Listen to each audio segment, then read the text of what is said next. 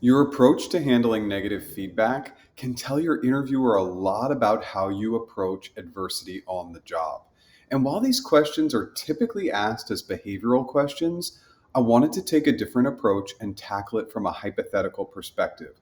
So, for this video, let's imagine we're a program manager that has received some negative feedback.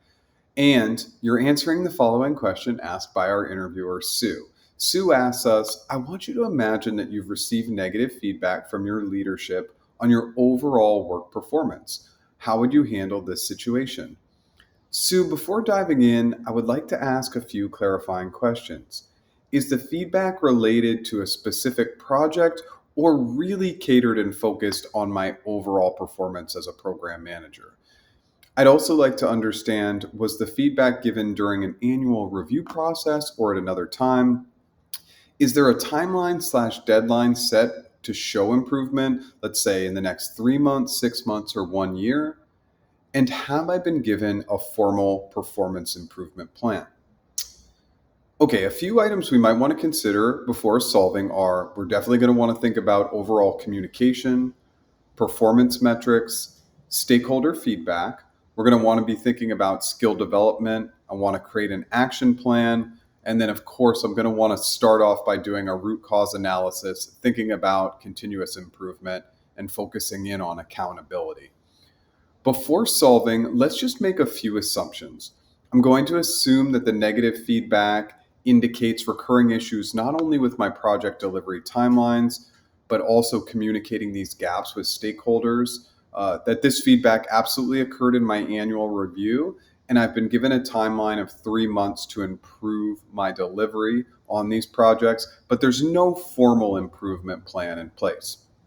I think a good starting point would be discussing the root cause analysis, but is there another area you'd like to focus on first? Okay, to effectively handle the negative feedback, by looking at root cause analysis, this would involve identifying the underlying reasons for the feedback. After the initial meeting, I would ask for a couple of days to gather my thoughts, and then I'd schedule a follow up meeting to dive deeper into the specific area or areas of concern. I would start by asking targeted questions and focus on active listening to gather valuable insights into the root causes. I'd ask questions that had not been answered yet, such as, can you provide examples where my actions slash decisions directly impacted project timelines or outcomes negatively? I'd also ask, in what specific areas do you believe I need to improve my skills and approach to better meet project goals and stakeholder expectations? I'd want to understand the instances where my communication with stakeholders or team members was unclear or insufficient and how I can improve on it. I'd be asking, are there any project management practices or methodologies that I could currently use that need adjustment or improvement? And then just overall, what are some proactive steps I can take to prevent similar issues in the future and ensure that I'm meeting expectations?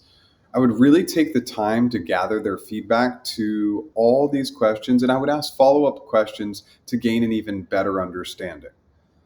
So I think we're at a good stopping point. I think we could focus more on this root cause analysis, or we could focus a little bit more on performance metrics and skill development. Do you have a preference? Okay, if we're going to dive into performance metrics, I would really want to understand these metrics because it's essential for setting clear and achievable goals. Since the feedback has directly indicated recurring issues with my project delivery timelines and communicating these gaps with stakeholders, I'd probably want to set some SMART goals. SMART goals, typically specific, measurable, achievable, relevant, and time bound. And then I would set specific goals related to project timelines, resource allocation, and risk management. Those are three critical areas. And then in terms of my skill development, I would identify the key skills that need enhancement. This would likely involve attending training sessions, seeking mentorship, and or enrolling in relevant courses. I would absolutely participate in workshops online, take online courses as well, focused on effective communication. And additionally, I would seek feedback out regularly to gauge my progress and make adjustments as needed. To ensure my improvement is measurable, I would also develop a personal performance dashboard. And this dashboard would track key metrics such as these project delivery times, stakeholder satisfaction scores, and overall team feedback. And then, of course, reviewing this dashboard in my weekly one-to-ones with my supervisor would help ensure I'm on the right track and allow for timely adjustments. That's a lot. So at this point, I think it makes sense for us to pivot and talk about success metrics and outcomes, unless there's anything else you'd like to focus on. Okay, so let's dive in. At this point, we're going to be looking at the SMART goals, and I would couple these SMART goals with my supervisor to define clear success metrics for both the short term and the long term. So, the short term metrics would include completing specific projects within the timelines and receiving positive feedback from team members on my communication. Now, long term metrics would focus in on overall improvements in project management skills that enhance communication with stakeholders and just achieving higher performance ratings in subsequent reviews. Tracking these metrics would involve regular self assessment and seeking feedback from my supervisor and the team. And I would probably want to do that on a monthly and quarterly basis moving forward. And then tools such as performance dashboards and progress reports would be utilized to visualize and track improvements. I would also focus on celebrating small wins and recognizing progress would be important to stay motivated and focused on continuous improvement. Lastly, I would implement a continuous feedback loop with my team and stakeholders. This would involve regularly seeking out input on my performance and making iterative improvements.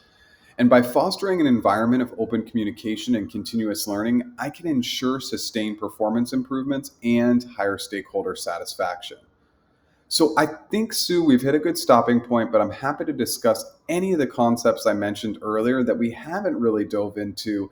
Items like that stakeholder feedback, diving deeper into the action plan and continuous improvement, and just talking more through accountability if you'd like. Okay, as always, these hypothetical answers are quite robust in these videos. The real important themes were a really deep dive into assessing the feedback coming in, really thinking about setting the appropriate SMART goals and really looking at those specific performance metrics, and then having actionable plan, having a plan to lead to the necessary results and goals we're trying to achieve. I really hope this video helps. I wish you the best of luck.